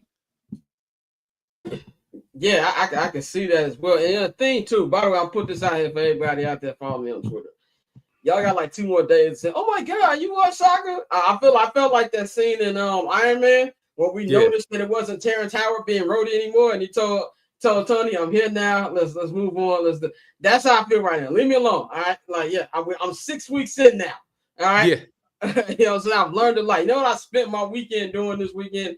I went to the crates. Shout out to YouTube, man. I found a lot of them old season review videos and stuff like that. I've been doing all my Arsenal history and also league history. I saw an incredible documentary this week I text you about. 99, 3-part documentary on Manchester United's treble season, which to me is one of the best soccer documentaries, one of the best sports documentaries. It gave me a real Last Dance type of feel. And watching Roy Keane, everybody, David Beckham, and as somebody who is an avid Ted Lasso watcher, even before I started watching, the sport, my first thing was like, yo, did they take Roy Kent? Was Roy Kent based off Roy Keane? I instantly Googled it, and it was like, yes, that was the inspiration. Cause I'm like, this nigga give me Roy Kent vibes, and I put the name together, but it really just shows you just how much of a psychopath Sir Alex Ferguson was to. I kind of felt like he treated them niggas like it was in a boot camp a little bit. Like, yeah. He was the alpha and omega of that team. Like, there's rumors that like back in the 90s, like when players go clubbing, and he would know where you were at. Yeah. So this is before cell phones, before anything. So Alex Ferguson knew if you were in a club you shouldn't be in, he'd find your ass and pull you out the club. I'm like, yo, stop playing around. Yeah, it was a great documentary, man. There's a lot of fire. If you're just trying to get into the sport, there's a lot of fire soccer documentaries like on Amazon. I watched the Real Madrid documentary when they won the Champions League. I think it's like 2 years ago. There's a great La Liga doc on Netflix right now from like 2 seasons ago. So a lot of good stuff on there, man. But what I got from the Manchester United, like I said, I have a lot of homies that are friends. My friends who are fans of the club, is just like how different Premier League competition is from these other European competitions. Even if you look at Arsenal, yeah, you can say injuries, things like that. Saka missed 4 months, whatever. They never were in it that much from what I've been seeing and going back and watch highlights from this season. But they've been playing a different level in the Champions League. So it's kind of like the difference. I know we talked about this last week, but if you're Manchester United, it's kind of like if you win this and you're able to sneak your way into the Champions League, how do you as a fan view this? Because I kind of feel like even when Arsenal was, I was asking some of the homies who are Arsenal fans, how would you view this season if we didn't win the Prem, but we won the Champions League? How would you feel about this as a Manchester United fan from how their season has been? Remember that picture of Kobe when he had the title in the locker room? He was looking like he was mad. That's exactly what it is. Like, I won, but at what cost? Right. But it's a real prize because we do need that Champions League money. And I think getting Champions League, getting Champions League will bring us newer players, like better players, So that is what we need. It's literally the 3 biggest games of our season, right? We have next week against Bilbao in Bilbao. Then the week after we play them at Old Trafford. And it's like, you have to win. You have to, I don't care because we're not going to get relegated, right? I would love it. No, you're not. That's Leicester and them bummers. Yeah, Leicester, Southampton, and Leicester, Southampton, and Ipswich. Yeah, those guys are done. But Leeds got Bush pushed up today. Leeds and Burnley. Yeah, Burnley, it's annoying because they're gonna probably get relegated again next year. Just keep doing this dumbass. That's cool. What do you think about that? Because I saw on Sky Sports this weekend, I saw Micah Richards, Roy Keane, and Gary Neville. Not there. Is Gary Neville? Jimmy Carragher. Jamie Carragher. That was Jamie Carragher. Yeah. He got an annoying ass voice. I know it's Jamie Carragher on Champions League, and Sky Sports is different. Champions League, he don't ever say nothing bad about Arsenal. When this nigga get on Sky Sports, he in peak Liverpool bag. Like he be wilding. I'm not gonna say anything because that's my former employee. I got nothing bad to say, but I'm just saying that if you notice that, then hey, it ain't got nothing to do with me. If you as somebody who just came to the sport and noticed it, they don't me. I peeped that, but they were saying that it's so tough for clubs to get relegated and come back up and stay up. Why do you think that's an issue? It's just more so the competition is so difficult, right? The championship to me is a ridiculous league in the first place, but in the Premier League is like another level of just like intensity. Like you could be the best team in the championship, but you come to the Premier League and it's just like boys against men, right? And I think sometimes a lot of these championship teams, they come in real naive. Like Southampton this year, when they came back to the Premier League, they wanted to play out the back and try to be expansive. I'm like, bro, you're playing against a bunch of grown-ass men. Like, what were you doing? Like, you got to be solid defensively first and then attack. But it's one of those things where they have individually talented players. Like Liam Delap is really, really good. Like, he's a really good player. He's available for 30 million pounds in the summer. And Ipswich are going down. He's not. So some of these players are going to stay. Like Leslie Guchuku from Southampton, he's going to stay up. Tyler Diblin probably stay up in the Premier League. But it's like some of these players individually are good, but as a collective, they're just not a good team. So Burnley coming back, Leeds coming back is cool, but it's just like, are you going to be solid defensively first? Because it's a whole nother kettle of fish when you come to the Premier League. So that's it. Yeah. And I think that's also when you talk about these transfers and stuff like that, because there's a lot of small. Now I'm still like, this is my first transfer window. I don't know if this is kind of like NFL free agent, NBA, when you start hearing whispers ahead of time. I don't know if these are, shaking hand deals behind, because this Victor Gyökeres thing with Arsenal kind of reminds me of the Bears and Drew Dahlman, who they just signed from Atlanta. When we were hearing 2-3 weeks, he's gonna be a Bear. And it was literally clock hit 12 o'clock, 12:01 hours after Drew Dolan signs with the Bears. And now we're hearing today that Andrea Berta is basically negotiating the release clause with Sporting to get like what is that window kind of like? I mean, it's a lot of it's agent talk. Agents really put their clients out there, and then they also use media to also kind of hype up their players as well. You go to Fabrizio, you go to this journalist, you give them a little bit of exclusives here and there because that would attract other teams to come buy your players. And sometimes you use teams for like their name and their clout, like negotiate better deals for your clients. So what happens usually is like you will link a player to Man United, there's no chance of going to Man United, but because of that name, now you can go to you can tell like, oh, look who he's linked to and this and that. So it really is just like a game of cat and mouse. That's all that is. Like some of these deals are done under the table. It's just a matter of just like when to announce it. But sometimes, it's a long process. It's one of those things where I've seen how the what's it called is made, for example. I've seen how the sausage made. My younger brother played professional. Oh, yeah. My younger brother, my cousin both play professional. So I've gotten to understand it. My brother runs his own soccer agency right now. So it's like I understand how all these things work now. So it's just one of these things where you don't believe every single rumor. You believe the rumor that works for you. That's how I say it. Which is what I do with all free agency with any of my teams. whatever narrative fits your agenda, that's what you roll with. Because you never know what's happening. I remember I spoke the Khalil Mack trade into existence. I said 2 weeks before it happened. Of course, this is before I started covering the team. It's 3 years before I started covering. I'm like, Khalil Mack's gonna be a Bear. And then it happened 3 weeks later. But I'm noticing like how all this transfer stuff is going. I've been peeping some of the rumors. We're hearing Kevin De Bruyne might be coming to Major League Soccer and Chicago Fire or something. I heard it's just interesting. We're starting to see all this smoke come up. But let's talk about Arsenal. I'm 6 matches in my fandom so far, and I've seen a couple ties. I've seen 2 wins. I've seen 3 wins actually. When you combine PL and also combine Champions League. Last week, I'm about to text you, and I was texting the homie Serge. I was texting our super producer Nikhil. While the game was going on, I was at the edge of my seat, and I was just like, "Yo, okay, we got 4 goals now. Can they really come back from this? Like, what's going on?" I was a little shook when Vinny Jr. hit that goal that the Saliba was tripping, but you kind of see what's going on with Arsenal, with the way they kind of feel like. I know they feel like they can win this competition, and actually taking this past Sunday seriously and actually needing to beat that team the way they beat them. 4 goals, probably should have had 6. Saka missed 2 obvious ones he could have hit in. What have you seen from Arsenal really since Saka has been back? How do you view their chances against PSG, which is a really good team?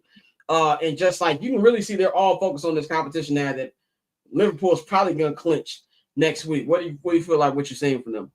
I mean, even before Saka, I think Arsenal's a perfect example of how football fans have no patience. I remember when Arteta got hired in 2019 after they had Unai Emery, and Arsenal finished 8th back-to-back years. And I think a lot of fans, and it's happening right now with Ruben Amorim, where fans want immediate success, right? Nobody has that patience to sit there and let the whole entire play happen. It's 2019 to 2025. It's been a long time since Arteta's been at Arsenal, but he's slowly developed the team into what he wants them to be, which is a bunch of physical dudes who outrun you. They're better on the ball than you. So Arsenal, like, it's taken 6 years for them to get to where they're at right now. And when you're seeing it now, Arsenal are going to win these tournaments and these trophies because they finally have like reached to that level of what Arteta's been trying to build for the last 6 years. So when I'm looking at this Arsenal team, they missed certain things. I think in the summer, Arsenal's need to tweak certain things. They need to get a new striker, fix up their midfield a little bit. But what Mikel's done is built them out from the back to the front, where like defensively, you're not going to really get past Arsenal defensively. Like they're one of the most stingiest teams. Like that's why I knew Real Madrid weren't going to win, because it's been 700 something days since anyone scored more than 3 goals on Arsenal. That's not by luck. That's by design. That's by having a really good coach and having patience with the owners and everybody bringing in plays that specifically fit as to how he sees his team. And the same thing's happening with my club. Is like, this is not a really good team. Like I'm seeing United fans say, "Oh, get rid of the coach." I'm like, no. It doesn't work that way. Like you have to let his ideas land. If it doesn't work next year, then you're looking to fire him. But Mikel's been there for 6 years, and Arsenal's really giving him a lot of time and patience. So you're now starting to see the fruit bear. You know, like when they got Declan Rice, that was like a good piece for them to like really now ascend. Like you have your spine in your team is Gabriel when he's not injured, Saliba, Declan Rice, and Bukayo Saka, and then you end up getting a 9. But now you got a bunch of players who generally fit what the coach wants, and they have confidence, right? That's the most important thing. Is like you're having Mikel Merino doing, you know, a back heel for Martinelli to score. Like that's all confidence, right? Yeah, That's all. he been balling too, Marino. Yeah, that's all instilled from the coach, right? And like it helps when your academy players are now in an environment for them to thrive. Like Bukayo Saka got thrown into the fire when he was first at Arsenal, but now he's like an elder statesman of the team. So when Ethan Nwaneri and you have Miles Lewis Skelly coming in, they're around a bunch of men and a bunch of grown men. So like they're now free to play how they want to play. So long story short, Arsenal's really like done this rebuild very, very well. And because people have short memories, right? They forget how long it took. 6 years isn't 6 years sounds insane, right? But it's really not that long. Like if you think about the grand scheme of things, like we now looking at Arsenal as like a favorite to win the Champions League. 6 years ago, you wouldn't have said that when they finished 8th. So it's one of those things where they progress each year, each season, each transfer window. They progress, and like now you're finally starting to see the fruit bear. But you don't remember those barren years when you know they finished 8th back-to-back years, and you'll laugh at him like, "Oh, you're gonna fire him now." They consistently finish in the top 4. So if Arsenal wins the Premier League next year, it's not a shock because this has been developing over time. So yeah, especially if they make the moves that they're trying to make. And you talk about the core, we're seeing from different media report, different beat writers saying that they're working on extensions for Bukayo Saka. He's going to be looking at $300,000 a week.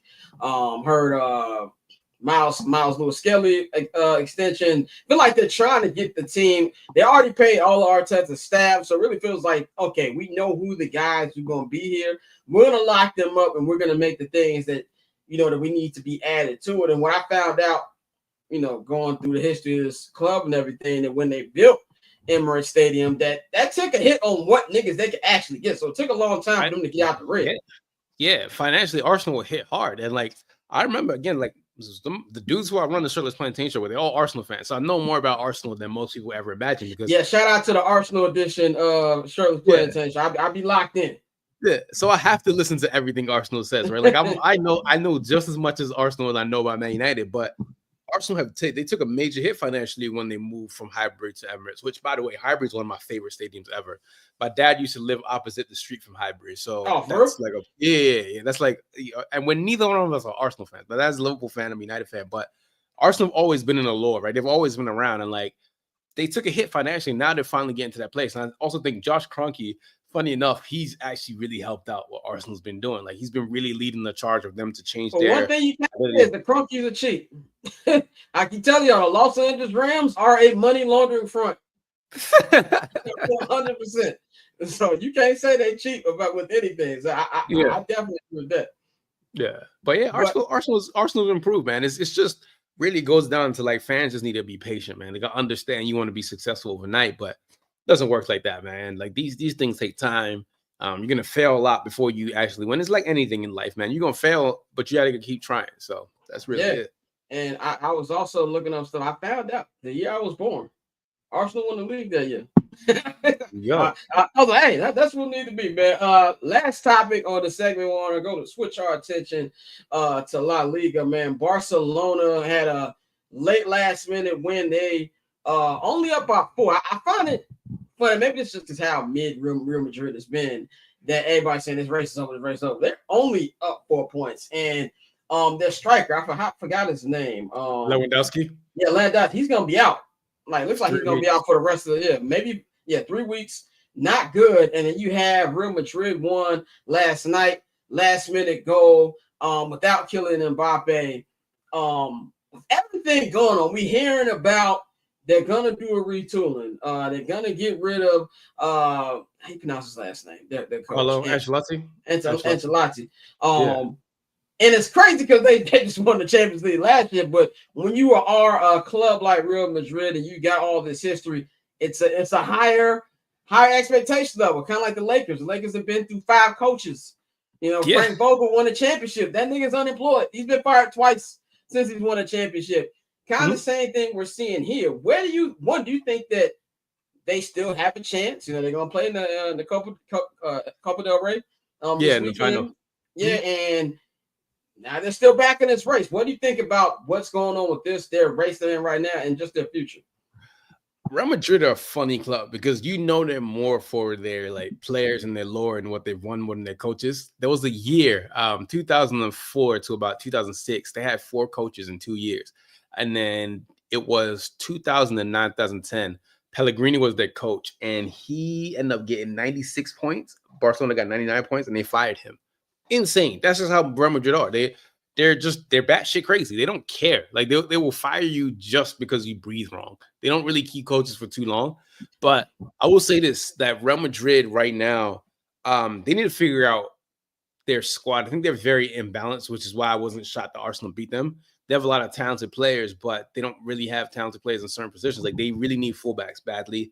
They need a tempo setter in their midfield, and then Mbappe and Vinny, they figured out how to play together, but it's like Mbappe wants to stay towards the left, and it's just weird. And then Rodrigo's there. So it's like they have a lot of talented individuals. As a collective, they're not that good. But Barcelona, on the other hand, great going forward. But defensively, Barcelona they play that high line, which is like it works, but it's very suicidal, which is why they got 3 goals scored against them this weekend. Back-to-back players had hat tricks on them in the Champions League in the weekend. So I think Real Madrid end up losing the league title to Real Madrid, to end up losing to Barcelona, and they probably end up losing Copa Real to Barcelona. But I think this summer, Real Madrid really have to really look in the mirror and like, where do we want to be? How do we balance out this team? Who's going to be our new coach? Because Carlos probably gone, man. Carlos tired. He's 65 years old. He's been, he was a decent player when he was playing, good player when he was playing, had a really long coaching career. Carlos has been coaching forever. And I just think at some point, he just wants to go to Brazil and vape. Like, that's what he wants to do, man. Smoke his cigarettes in Rio and mind his business. So it's time for Carlos to go enjoy the sun in Brazil. And they probably end up getting Xabi Alonso, was a really good player for them as well. But again, it remains to be seen how they're going to retool in the summer. So that's. I heard they're trying to get who's my man from Liverpool? Jurgen Klopp. Yeah, no, not the coach, the player that they're trying to get. Oh, Trent. They're trying to get Trent. That's more than likely a done deal at this point. I think Trent just wants to go over to Spain. He's done everything for Liverpool. I mean, Liverpool fans can't be mad. I mean, he's won 2 league titles at this point. Going to say 2 because Liverpool obviously favorites him in the Premier League, and then he's won a Champions League. It's more than Steven Gerrard's ever done for them, but that's neither here nor there. But yeah, that's that. Final question, because I will miss the first leg of Arsenal PSG because I will be on an airplane. So when I get back, when I can land, I'll see all the reports for everything. But what's your thoughts on the Final 4 of the Champions League? So I said this yesterday on the podcast. I'm saying it again. My top 4 and favorites in order is going to be Arsenal number 1.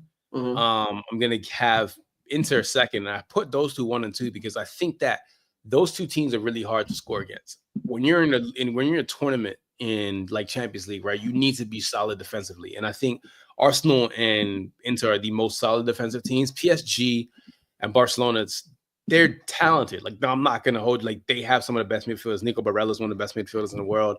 I think the word of Pedri, I think the word of Gavi. But I just think that they're easy. Like, Arsenal's midfield can outrun PSG. Like, as technical as PSG are, I think like when you have somebody like Declan Rice who can just run through anybody, it's gonna be hard, right? And they've already played each other, and obviously that was a different PSG and a different Arsenal, so it's gonna be very interesting how those styles clashes. Inter's gonna be more interesting with Barcelona because Barcelona, like I said, played a high line, a very, very like just super high line, right?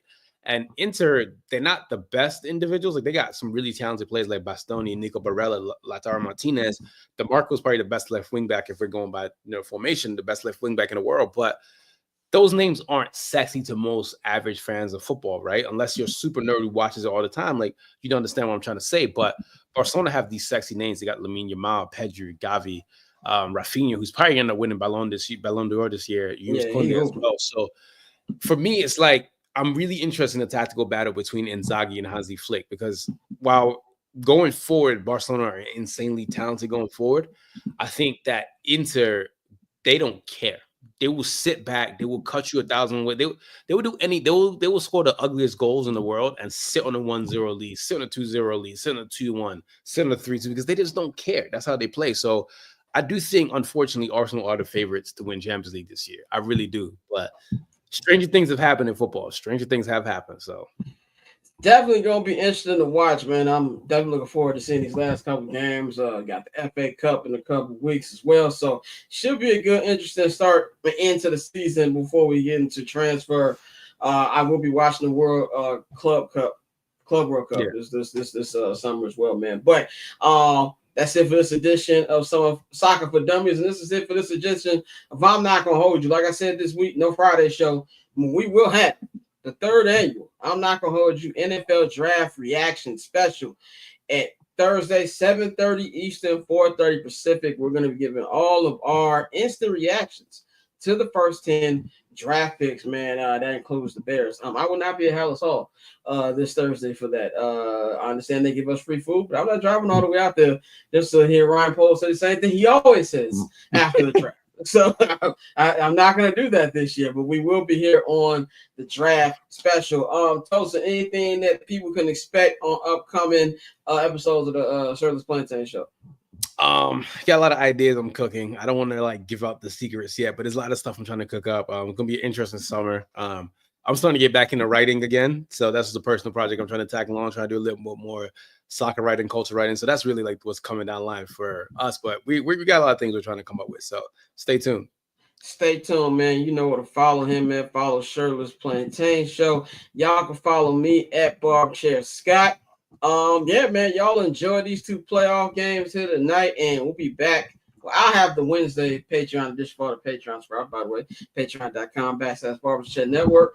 If you're watching this on TV screen, you can take your phone up to the QR code. It'll take you to all the different tiers. If you subscribe to the $5 I'm Not Gonna Hold You tier or the $10 holla, which is on everything, you will get the Wednesday episode of the show. And of course, you will get a 25% off code on your first order at the Barbershop Network shop. That is bcnetshop.com. We got a special Caleb Williams draft shirt dropping on Thursday, man. So y'all know to follow me. We gonna holler at y'all on Thursday for the draft special. We up out of here.